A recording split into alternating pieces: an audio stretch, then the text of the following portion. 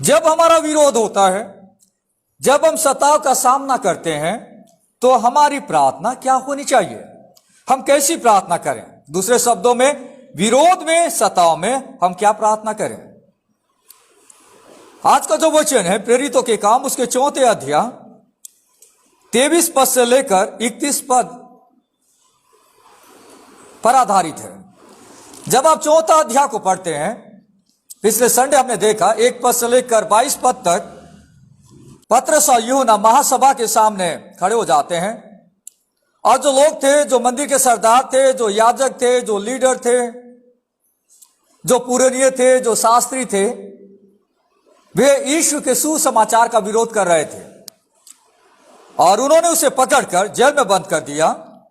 और दूसरे दिन उनका जो कोर्ट है वहां पे सब लोगों के सामने वे उन्हें चेतावनी देते हैं, उन्हें धमकाते हैं कि तुम यीशु के नाम का प्रचार अब मत करना। पर वे जवाब देते हैं कि जिस परमेश्वर ने बड़े काम किए हैं, जिस परमेश्वर ने इस लंगड़े व्यक्ति को चंगा किया है, उस प्रभु के बारे में हम लोगों को क्यों न बताएं। और जो व्यक्ति लंगड़ा था वो 40 साल से ज्यादा उम्र का इंसान था जिसको प्रभु ने चंगा किया था। पद 23 से 31 पद तक आज हम देखेंगे कि जब वे उन्हें छोड़ देते हैं, जेल से बाहर निकलते हैं, तो वे अपने साथियों के पास आते हैं और उन्हें सारी बातें बताते हैं कि हमारे साथ किस प्रकार का दुर्व्यवहार किया गया। और सब लोग मिलकर परमेश्वर से प्रार्थना करते हैं। आज का जो मैसेज मुझे और आपको प्रोत्साहित करता है कि सताव में हमारी प्रार्थना क्या होनी चाहिए, विरोध में, सताव में हम क्या प्रार्थना करें। हम जनरली कब प्रार्थना करते हैं? जब हमें जानकारी मिलती है कि किसी व्यक्ति के साथ बुरा बर्ताव किया जा रहा है या किसी कलीसिया के साथ बुरा हो रहा है, किसी व्यक्ति को प्रताड़ित किया जा रहा है, तो हम परमेश्वर से प्रार्थना करते हैं। इन दिनों हम कई प्रकार के न्यूज़ सुनते हैं, पढ़ते हैं कि किसी जगह पे प्रभु के सेवक के साथ, प्रभु की कलीसिया के साथ लोगों ने बुरा बर्ताव किया, तब हम परमेश्वर से प्रार्थना करने लगते हैं। यहां पे आप देखिए पद 23 में, वे छूटकर अपने साथियों के पास आए और जो कुछ प्रधान याजकों और पुरनियों ने उनसे कहा था उनको सुना दिया। यह सुनकर उन्होंने एक चित होकर ऊंचे शब्द से परमेश्वर से कहा, परमेश्वर से प्रार्थना की। जब उन्हें यह पता चला, जब उन्हें जानकारी मिली कि कैसे पतरस और यूहन्ना के साथ बुरा व्यवहार किया गया, तो वे प्रार्थना करने लगे। देखिए क्या लिखता है, वे छूट कर आए, जेल से छूट कर आए, अपने साथियों के पास आए। यहां पर लिखता है अपने साथी यानी कौन? जिनके साथ मिलकर वे परमेश्वर की आराधना करते हैं, वे उस परिवार में आए। जिनके साथ मिलकर वे प्रार्थना करते हैं, उनके पास वे आते हैं और उन्हें बताते हैं कि किस प्रकार का बुरा बर्ताव उनके साथ किया गया। और जब विश्वासियों ने सुना, यहां पर लिखता है यह सुनकर, जब उन्होंने सुना कि किस प्रकार का व्यवहार उनके साथ किया गया है, तब वे प्रार्थना करने लगे। किसी व्यक्ति के जीवन में परेशानी है, किसी परिवार में परेशानी है, और जब वो अपने दिल की बात कलीसिया को कहता है, तो कलीसिया को मिलकर उसके लिए प्रार्थना करनी चाहिए। यहां पे आप देखते हैं कि पतरस और यूहन्ना परमेश्वर के लिए सताए जा रहे हैं, और जब वे वापस आए अपनी कलीसिया में, अपने लोगों के बीच में, उन्होंने सारी बातें उन्हें कह सुनाई, तब वे सारे लोग मिलकर प्रार्थना करने लगे। कई लोग प्रार्थना निवेदन कलीसिया में शेयर नहीं करते, उनको लगता है कि वे बहुत ज्यादा स्मार्ट हैं और खुद हैंडल कर सकते हैं। जीवन में कई परेशानियां ऐसी आती है जो हमारे बस की बात नहीं है, हम उसे हैंडल नहीं कर सकते। पर जब हम अपने प्रार्थना निवेदन को अपने लोगों के सामने शेयर करते हैं, उन्हें बताते हैं, तो सब मिलकर प्रार्थना करते हैं और परमेश्वर उसका उपाय करता है। दूसरी बात, कैसे प्रार्थना करनी है, कैसे प्रार्थना करनी है? देखिए पद 24 में लिखा है, यह सुनकर उन्होंने एक चित होकर ऊंचे शब्द से परमेश्वर से कहा। एकत्रित होकर, एक मन होकर हमें प्रार्थना करनी है। जब भी आप प्रार्थना करते हैं, लोगों का मन एक होना चाहिए। किसी भी विषय पे जब आप लोग प्रार्थना करते हैं तो कलीसिया के हर व्यक्ति का एक ही मन होना चाहिए। जब भी किसी भी व्यक्ति के जीवन में ऐसी परेशानियां आती है, तकलीफें आती है, तो कलीसिया के हर व्यक्ति को एक मन होकर प्रार्थना करनी चाहिए। एक मन यानी एक सोच के साथ, एक चित्त के साथ सारे लोगों को मिलकर प्रार्थना करनी चाहिए। और यहां पर लिखता है ऊंचे शब्द से वे वोकली परमेश्वर से प्रार्थना कर रहे हैं। कई बार हम अकेले रहते हैं, हम अपने मन में परमेश्वर से प्रार्थना करते हैं। जब हम ग्रुप में रहते हैं तो हम अपनी आवाज को निकालकर प्रार्थना करते हैं कि सब लोग उसे सुने। और यहां पे वे ऊंचे शब्द से प्रार्थना कर रहे हैं, एक मन होकर। जब एक व्यक्ति प्रार्थना कर रहा है और उसके प्रार्थना के साथ दूसरा व्यक्ति सहमति जता रहा है तो पूरे 50 लोग एक जैसी प्रार्थना कर रहे हैं। कई जगहों में लोग प्रार्थना करते हैं एक साथ, बहुत सारे लोग, और कौन क्या प्रार्थना कर रहा है किसी को मालूम नहीं। ये व्यक्ति प्रार्थना कर रहा है, ये व्यक्ति प्रार्थना कर रहा है, ये व्यक्ति प्रार्थना कर रहा है। अरे तुम्हारी प्रार्थना क्या है सामने वाले को मालूम ही नहीं, तो उसमें हामी कैसे भरेगा, आमीन कैसे बोलेगा जब उसने सुना ही नहीं। यहां कहने का मतलब यह है कि जब एक एक व्यक्ति ने प्रार्थना की तो कलीसिया के सारे लोगों ने सुना और एक मन था उनका कि परमेश्वर इस प्रार्थना का उत्तर दें। कैसे प्रार्थना करनी चाहिए? एक मन होकर। दूसरा, यह समझकर कि हम उस परमेश्वर से प्रार्थना कर रहे हैं जो स्वर्ग और पृथ्वी और समुद्र का बनाने वाला है। देखिए, इस सप्ताह के समय में वे किस प्रकार की प्रार्थना कर रहे हैं, क्या समझ रहे हैं? पर 24 में लिखा है, वे कह रहे हैं, हे स्वामी, तू वही है जिसने स्वर्ग और पृथ्वी और जो कुछ उनमें है बनाया है। जब भी आप परमेश्वर से प्रार्थना करते हैं, आपके दिमाग में, आपके मन में इस बात को बिठा लेना चाहिए कि मैं किसी ऑर्डिनरी व्यक्ति से प्रार्थना नहीं कर रहा हूं, मैं किसी आम व्यक्ति से अपने निवेदन शेयर नहीं कर रहा हूं, मैं उस परमेश्वर से प्रार्थना कर रहा हूं जो स्वर्ग और पृथ्वी और समुद्र और उसमें रहने वाली हर वस्तुओं को बनाने वाला है। मैं उस परमेश्वर से प्रार्थना करता हूं। कई सारे लोग प्रार्थना करते हैं नेम सेक के लिए, पर उन्हें मालूम नहीं किससे प्रार्थना कर रहे हैं। कई सारे लोग प्रार्थना करते हैं पर किससे प्रार्थना कर रहे हैं उसकी सही जानकारी उनके पास नहीं है। एक बार जब आप यह जान जाएं कि आप किससे प्रार्थना कर रहे हैं तो आपके विश्वास में बढ़ोतरी होगी। कोई काम करवाना चाहते हैं, सरकारी काम आप करवाना चाहते हैं और आप किसी चपरासी के पीछे जा रहे हैं, किसी बाबू के पीछे जा रहे हैं जो आपकी फाइल को आगे बढ़ाएगा और उस अधिकारी के पास उस फाइल को ले जाएगा, जो अधिकारी अपना सिग्नेचर करेगा, तब आपको उसका प्रमाण पत्र मिलने वाला है। तब आप जब उस अधिकारी से मिलेंगे तब आप इस सोच के साथ मिलेंगे, यह मन में यह सोचकर मिलेंगे, आप यह जानते हुए मिलेंगे कि यह वो अधिकारी है जिसके सिग्नेचर से मेरा प्रमाण पत्र बनता है। तो आप सोचिए आपके अंदर में किस प्रकार का जोश होगा, किस प्रकार का आनंद होगा। अभी तक आप चपरासी के पीछे घूम रहे थे, अभी तक आप बाबू के पीछे घूम रहे थे कि आपका काम हो जाए, पर अभी तो आप उस अधिकारी से मिल रहे हैं जो अभी दस्तखत करेगा और आपके पास प्रमाण पत्र मिल जाएगा। जब भी आप परमेश्वर से प्रार्थना करते हैं तो आपको दिमाग में बिठा लेना चाहिए कि मैं उस परमेश्वर से प्रार्थना करता हूं जो स्वर्ग को बनाने वाला है, मैं उस परमेश्वर से प्रार्थना करता हूं जो पृथ्वी को बनाने वाला है, मैं उस परमेश्वर से प्रार्थना करता हूं जो समुद्र को बनाने वाला है और इनमें जो कुछ है सबको बनाने वाला है। तो डेफिनेटली आपके विश्वास का बड़ा इफेक्ट आपके खुद के लाइफ में देखने को मिलेगा।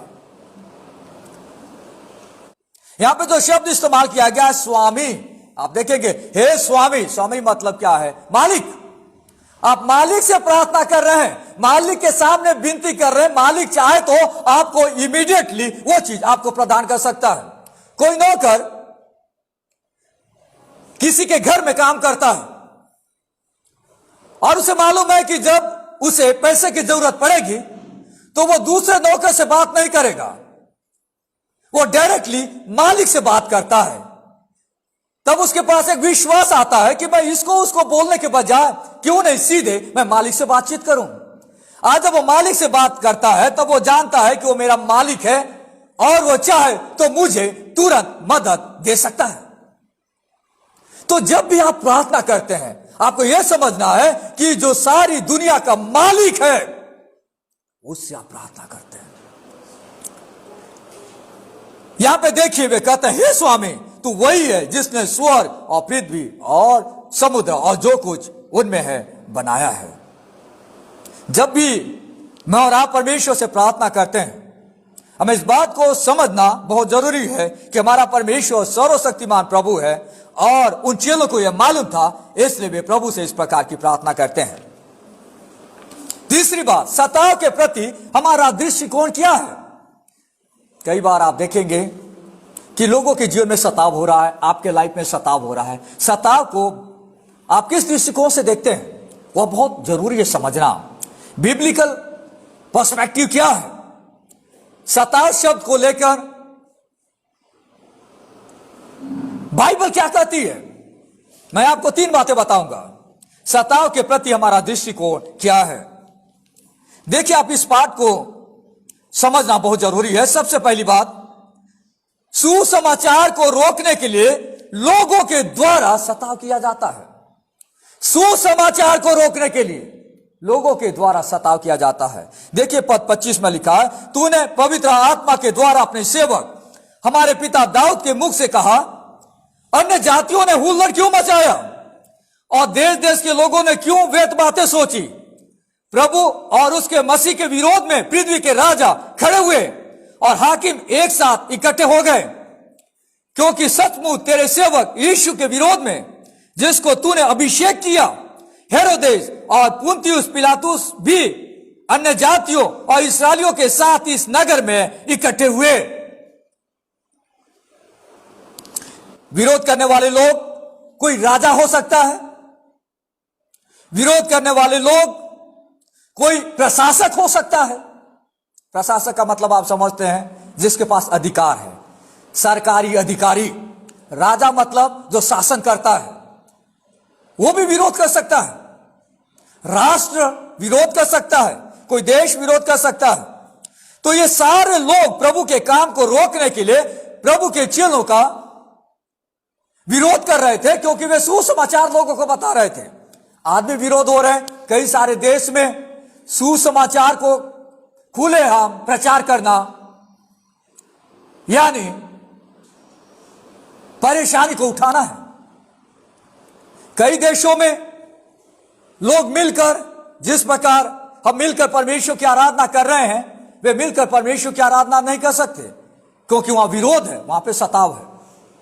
कई सारे देशों में लोग अंडरग्राउंड परमेश्वर की आराधना करते हैं, क्योंकि उस देश के लोग उस धर्म के विरोध में है, उस देश की सरकार उनके विरोध में है, उस देश के राजा, उस देश के प्रशासक उस धर्म के विरोध में है। कोई भी इंसान हो सकता है। अब यहां पे उस पाठ को कोट कर रहे हैं जो राजा दाऊद ने कहा था पवित्र आत्मा के द्वारा। राजा दाऊद भजन उसका 2 अध्याय में इस बात का जिक्र करता है कि लोग परमेश्वर के कामों को रोकना चाह रहे हैं, परमेश्वर के कामों को रोकना चाह रहे हैं। यद्यपि अंत के दिनों में भी लोग परमेश्वर के काम को रोकना चाहेंगे, पर पहली शताब्दी में भी लोगों ने इस बात को अनुभव किया। आज भी मैं और आप अनुभव करते हैं। सताव के प्रति हमारा दृष्टिकोण। नंबर 2, सताव से सुसमाचार को रोकना व्यर्थ प्रयास है। हमें जानना बहुत जरूरी है, it is a futile and foolish effort. सुसमाचार को रोकना सताव के द्वारा एक व्यर्थ प्रयास है, बल्कि सताव के द्वारा परमेश्वर का काम आगे बढ़ता है। तीसरी बात, हमारे जीवन में घटने वाली हर घटना, चाहे वो सताव भी क्यों ना हो, परमेश्वर की जानकारी और परमेश्वर की मति से ठहराई गई है। ये बात भी जानना बहुत जरूरी है। अगर किसी व्यक्ति के जीवन में परेशानियां हैं क्योंकि वो यीशु पर विश्वास करता है और वो सताव का सामना कर रहा है, तो उसे जानना है कि उसके जीवन की हर घटना की जानकारी परमेश्वर को है। चाहे वो सताव भी क्यों ना हो। क्या परमेश्वर नहीं जानता किसी व्यक्ति के जीवन में सताव आ रहा है, किसी कलीसिया के ऊपर में सताव आ रहा है। जो भी घटना इंसान के जीवन में घटती है, उन सारी बातों की जानकारी परमेश्वर के पास रहती है। पद 28 में लिखा है कि जो कुछ पहले से तेरी सामर्थ और मति से ठहरा था वही करें। जो हेरोदेस राजा था, पुन्तियुस पिलातुस था, अन्य जातियां थी, इस्राएली लोग थे, वे सोच रहे थे कि हम जीत गए, पर वो लोग यह नहीं समझ पाए कि वे परमेश्वर की योजना को पूरा करने में अपनी भूमिका अदा कर रहे थे। परमेश्वर की योजना थी कि यीशु को क्रूस पे चढ़ाया जाए, और उनका क्रूस पे चढ़ाना परमेश्वर की योजना को पूरा करना था। ये तो ऑलरेडी परमेश्वर की योजना के मुताबिक सारी बातें हो रही थी। कभी भी आपके जीवन में दुख, तकलीफ, परेशानियां आती है, तो आपको जानना बहुत जरूरी है कि परमेश्वर की जानकारी के बिना आपके लाइफ में कोई भी घटना नहीं घटती। चौथी बात, सताव में क्या प्रार्थना करें। नंबर 1, हमें परमेश्वर से प्रार्थना करनी चाहिए कि प्रभु तू हमें वरदान दे कि हम तेरा वचन बड़े हियाव से सुनाएं। यह प्रार्थना करनी है। जब आपके जीवन में तकलीफ आती है, जब आपके जीवन में परेशानियां आती है, तब आपको परमेश्वर से प्रार्थना करना है कि प्रभु तू हमें ऐसा वरदान दे कि हम तेरा वचन बड़े हियाव से लोगों को सुना सके। देखिए पद 29 में लिखा है, और अब हे प्रभु उनकी धमकियों को देख अपने दासों को यह वरदान दे कि तेरा वचन बड़े हियाव से सुनाए। वे ये प्रार्थना नहीं कर रहे हैं कि हे परमेश्वर हमारा जो विरोध हो रहा है उसे तू बंद कर,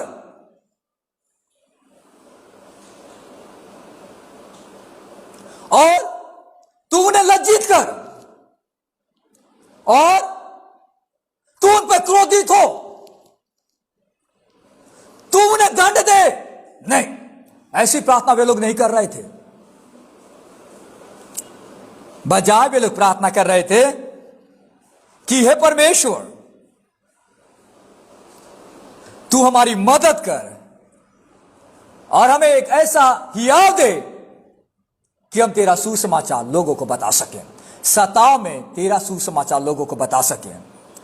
लोगों के मुंह को बंद करने की प्रार्थना वे नहीं कर रहे थे, अपने मुंह को खोलने की प्रार्थना वे परमेश्वर से कर रहे थे। बहुत सारे लोग प्रार्थना करते हैं कि प्रभु वे तेरे लोगों का विरोध कर रहे हैं तो उनके ऊपर में बड़ा दंड लिया। नहीं, सताव में क्या प्रार्थना करें? सताव में प्रार्थना करें कि प्रभु तू हमें एक ऐसा वरदान दे कि हम तेरा वचन बड़े हियाव से लोगों को बता सकें। सताव में परमेश्वर का वचन बड़े हियाव से सुनाया जाए, इसके लिए हमें प्रार्थना करनी है। लोगों के ऊपर में दंड आए उसके लिए प्रार्थना नहीं करनी है। सताव में उनको जेल से सजा मिले उसने प्रार्थना नहीं करनी है। हमें प्रार्थना करना है कि प्रभु कि तू सताव में हमें ऐसा हिम्मत दे कि हम तेरा वचन लोगों को बता सकें। कई सारे लोग सताव में चुपचाप मुंह बंद करके बैठे रहते, कुछ नहीं बोलते। नहीं, सताव में तो आपको प्रार्थना करना चाहिए कि प्रभु आपको हिम्मत दे, हियाव दे कि आप सुसमाचार, आपके जीवन की बदली हुई ऐसी बातें जो आप अनुभव कर रहे हैं लोगों को शेयर करें। सताव में क्या प्रार्थना करें? प्रभु तू हमें वरदान दे, हमारी मदद कर कि हम तेरा वचन बड़े हियाव से सुनाएं। दूसरा, प्रभु तू चंगा करने के लिए अपने हाथ बढ़ा। कई बीमार लोग हैं इस भीड़ में जो हमारा विरोध कर रहे हैं। कई सारे लोग हैं प्रार्थना कराने हमारे पास आते हैं, कलीसियाओं में आते हैं। प्रभु तू चंगा करने के लिए अपने हाथों को बढ़ा। ऐसी प्रार्थना हमें करनी चाहिए। हो सकता है कि जो व्यक्ति विरोध कर रहा है वो किसी बीमारी से ग्रसित हो, उसके जीवन में कोई तकलीफ हो, उसके परिवार में कोई व्यक्ति हॉस्पिटल में एडमिट हो, उनके परिवार में कई सारे लोग बीमार हो। हम प्रभु से प्रार्थना करें कि प्रभु उसके जीवन को बदल दे और वो प्रार्थना कराने के लिए प्रभु के भवन में आ जाएं और प्रभु तू अपने चंगाई वाले हाथ को बढ़ा दे और तू उसे चंगाई प्रदान कर। सताओं में हमें प्रार्थना करना चाहिए कि प्रभु तू चंगा करने के लिए अपने हाथ को बढ़ा। देखिए वे प्रार्थना कर रहे हैं 35 में, चंगा करने के लिए तू अपना हाथ बढ़ा कि चिन्ह और अद्भुत काम तेरे पवित्र सेवक यीशु के नाम से किए जाए। वे परमेश्वर से प्रार्थना कर रहे हैं कि प्रभु तू उनके शरीर में चंगाई को दे और उनकी आत्मा को भी तू चंगा कर, तू चंगाई दे दे। मैंने आपसे कहा सता में क्या प्रार्थना करें। नंबर 1, प्रभु तू हमें ऐसा वरदान दे कि हम तेरा वचन बड़े हियाव से लोगों को सुना सकें। प्रभु तू चंगा करने के लिए अपने हाथों को बढ़ा और लोगों को तू चंगाई दे। जब उन्होंने इस प्रकार की प्रार्थना की तो क्या हुआ, देखिए आगे लिखता है पद 31 में, जब वे प्रार्थना कर चुके तो वो स्थान जहां वे इकट्ठे थे हिल गया और वे सब पवित्र आत्मा से परिपूर्ण हो गए और परमेश्वर का वचन हियाव से सुनाते रहे। उनकी प्रार्थना का उत्तर यहां पे मिलता है, there prayer is answered. Number 1 क्या लिखता है, वो जगह जहां पे प्रार्थना कर रहे थे हिल गया। हिल मतलब शेक हो गया। आज प्रार्थना करने से कोई दीवार हिलता नहीं है, पर उस समय में परमेश्वर अपनी उपस्थिति को बताने के लिए इस प्रकार के कार्य को करता था। जैसे अगर आप पढ़ेंगे निर्गमन की पुस्तक उसका 19वां अध्याय 18वां पद, पुराने नियम में परमेश्वर सीने पर्वत पर उतर रहा था और 18 पद में लिखा है, और यहोवा जो आग में होकर सीने पर्वत पर उतरा था और इस कारण समस्त पर्वत धुएं से भर गया और उसका धुआं भट्टे का सा उठ रहा था और समस्त पर्वत बहुत कांप रहा था, शेकिंग हो रहा था, कांप रहा था। इसका मतलब यह था कि परमेश्वर वहां पे उतर गया था और वो जगह हिल रहा था। पुराना नियम में आप देखेंगे जब सीने पर्वत पर मूसा गया था तो वो पर्वत हिल रहा था, कांप रहा था। जब आप यशायाह की पुस्तक पढ़ेंगे उसका 6वां अध्याय में आप देखिए वहां पे यशायाह नबी एक दर्शन को देख रहा है 6वां अध्याय में, और वहां पे आप देखेंगे उसके 4 पद में लिखा है, और पुकारने वाले के शब्द से डेवड़ियों की नींवें डोल उठी और भवन धुएं से भर गया। डोल उठा मतलब हिल गया, डेवड़ियां हिल गई। ये तो हिलने की जो घटना हम बाइबल में देखते हैं यह परमेश्वर की उपस्थिति को दर्शाता है कि परमेश्वर वहां पर है। और यहां पे जब वे प्रार्थना करने लगे तो वहां पे वो जगह हिल जाता है और उन्हें कंफर्म हो जाता है इस बात का कि परमेश्वर ने हमारी प्रार्थना को सुन लिया। आगे दूसरी एक और बात वहां पे घट रही है, वे पवित्र आत्मा से भर गए। जब वे प्रार्थना किए तो उसके बाद लिखा है वे सब पवित्र आत्मा से परिपूर्ण हो गए। जब आप बाइबल को पढ़ते तो कई बार पवित्र आत्मा से परिपूर्ण होने की जानकारी हमें देखने को मिलती है। पेंतिकुस्त के दिन में भी हम देखते हैं 2 अध्याय उसका 4 पद में, वे सब पवित्र आत्मा से भर गए और जिस प्रकार आत्मा ने उन्हें बोलने की सामर्थ्य दी वे अन्य अन्य भाषा बोलने लगे। पवित्र आत्मा से भर गए और वे अन्य अन्य भाषा बोलने लगे। पर यहां पे वे पवित्र आत्मा से भर गए और परमेश्वर का वचन सुनाने लगे। दोनों अलग अलग घटना है पर दोनों में पवित्र आत्मा से परिपूर्ण होने की जानकारी दी गई है। मैंने आपसे कहा था आप YouTube वीडियो देख सकते हैं, जब मैं एक्सप्लेनेशन कर रहा था प्रेरितों के काम उसका 2 अध्याय का, वहां पे मैंने आपको बताया कि वो एक ऐतिहासिक घटना थी, एक ही बार रिपीट हुआ पेंतिकुस्त का दिन, क्योंकि उस दिन कलीसिया की शुरुआत हुई थी, उसके बाद वो घटना रिपीट नहीं हुई। और उस दिन प्रभु के चेलों ने अन्य अन्य भाषा में बातचीत किया, यानी वे उस भाषा को बोल रहे थे जो उन्होंने सीखा नहीं था। जो दूसरे देश के लोग वहां पर आए हुए थे वे समझ गए कि प्रभु के चेले मेरी भाषा बोल रहे हैं, पर चेलों के लिए वो अन्य भाषा थी। पवित्र आत्मा से भर गए और वे उस भाषा में लोगों को सुसमाचार प्रचार किया जिस भाषा को दूसरे देश से आए हुए लोग समझ गए। यहां पे भी वे पवित्र आत्मा से भर गए पर यहां पे वे अन्य भाषा नहीं बोल रहे हैं और यहां पे वे उस भाषा में बात कर रहे हैं जो वहां के लोग जानते हैं और जो भाषा वे बोलते हैं, और वे परमेश्वर के वचन का प्रचार करने लगे। पवित्र आत्मा से भरने के बाद वे परमेश्वर के वचन का प्रचार करने लगे।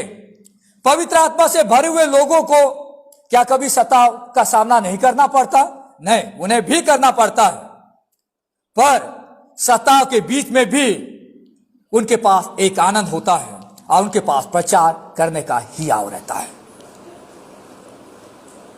नंबर 1 मैंने आपसे कहा कि उन्होंने परमेश्वर की उपस्थिति को अनुभव किया। नंबर 2 वे पवित्र आत्मा से भर गए। और नंबर 3 वे परमेश्वर का वचन हियाव से सुनाते रहे। उन्होंने प्रार्थना किया था कि प्रभु तू हमें ऐसा वरदान दे कि हम तेरा वचन हियाव से सुनाए, और उनकी प्रार्थना का उत्तर वहां पे मिलता है। वे परमेश्वर का वचन हियाव से सुनाने लगे। हियाव मतलब बोल्डनेस। हियाव जो शब्द होता है एक्चुअली में, इस शब्द का मतलब होता है कि पूरा पूरा बोलना, उसको बोलते हैं हियाव। हिंदी में जो शब्द हम हियाव इस्तेमाल करते हैं एक्चुअली में ग्रीक भाषा का शब्द है। इसका मतलब होता है कि tell it all, telling it all. मतलब आप जो भी बातें लोगों को बताना चाह रहे हैं आप उसे पूरा पूरा बताते हैं, उसको बोलते हैं हियाव, टेलिंग इट ऑल। और यहां पे ऐसी स्थिति में वे परमेश्वर के वचन को बड़े हियाव से लोगों को सुनाते रहे। जब हम प्रार्थना करते हैं तो प्रार्थना से स्थिति बदल जाती है, परमेश्वर नहीं बदलता। कई सारे लोग कहते हैं कि प्रार्थना करेंगे तो सब कुछ बदल जाएगा। स्थिति बदलती है।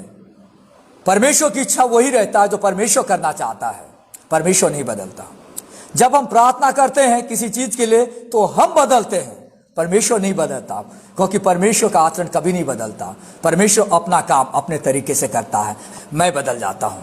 प्रार्थना करने का मतलब होता है परमेश्वर से बातचीत करना। आज मैंने आपके सामने एक बड़ा सब्जेक्ट को समझाने का प्रयास किया। सताव में हमारी प्रार्थना, विरोध में, सताव में हम क्या प्रार्थना करें। जनरली जब हमें जानकारी मिलती है कि किसी व्यक्ति के साथ सताव हो रहा है तो हम प्रार्थना करते हैं। हम एक मन होकर प्रार्थना करते हैं। हमें यह समझकर प्रार्थना करते रहना चाहिए कि जिस परमेश्वर से हम प्रार्थना करते हैं वो स्वर्ग और पृथ्वी और समुद्र और उसमें पाई जाने वाली हर वस्तु का बनाने वाला परमेश्वर है। सताव के प्रति हमारा दृष्टिकोण यह है कि सुसमाचार को रोकने के लिए लोगों के द्वारा सताव किया जाता है, चाहे वो देश हो, चाहे वो राजा हो, चाहे वो प्रशासक हो। सताव में सुसमाचार को रोकना एक व्यर्थ प्रयास है। हमारे जीवन में घटने वाली हर घटना, चाहे वो सताव भी क्यों ना हो, परमेश्वर की जानकारी और परमेश्वर की मति से ठहराई गई है। सताव में हमें परमेश्वर से क्या प्रार्थना करनी चाहिए कि प्रभु तू हमें वरदान दे कि हम तेरा वचन बड़े हियाव से सुना सके। प्रभु तू चंगा करने के लिए अपने हाथों को बढ़ा। जब हम इस प्रकार की प्रार्थना करेंगे तो परमेश्वर वहां काम करेगा। आइए हम प्रभु से प्रार्थना करें। प्यारे परमेश्वर, हम आपको धन्यवाद देते सुंदर वचन के लिए। और आज हम विशेष तौर से प्रार्थना करना चाहते हैं उन व्यक्तियों के लिए जिन्होंने प्रभु आपको ग्रहण किया है, जो आपके वचन का प्रचार करते हैं, जो कलीसिया आपके लिए काम करती है, जो भी विरोध का सामना वे करते हैं। प्रभु हम उनके लिए प्रार्थना करना चाहते हैं कि प्रभु वे हियाव से सुसमाचार लोगों को बता सकें। और उन जगहों में जहां पे लोग आते हैं आप बड़े बड़े सामत के काम करें कि लोग जान सके कि आप ही एकमात्र प्रभु हैं जो लोगों से प्यार करते हैं और उन्हें बचाने के लिए अपने आप को बलिदान किया है। और आप जीवित हो गए हैं और फिर से दोबारा आने वाले हैं। और जो आप पर विश्वास करते हैं उनको आप अपनी संतान बनाते हैं। वचन के लिए धन्यवाद देते हुए हमारी प्रार्थना उद्धारकर्ता प्रभु यीशु के नाम से मांगते हैं, आमीन।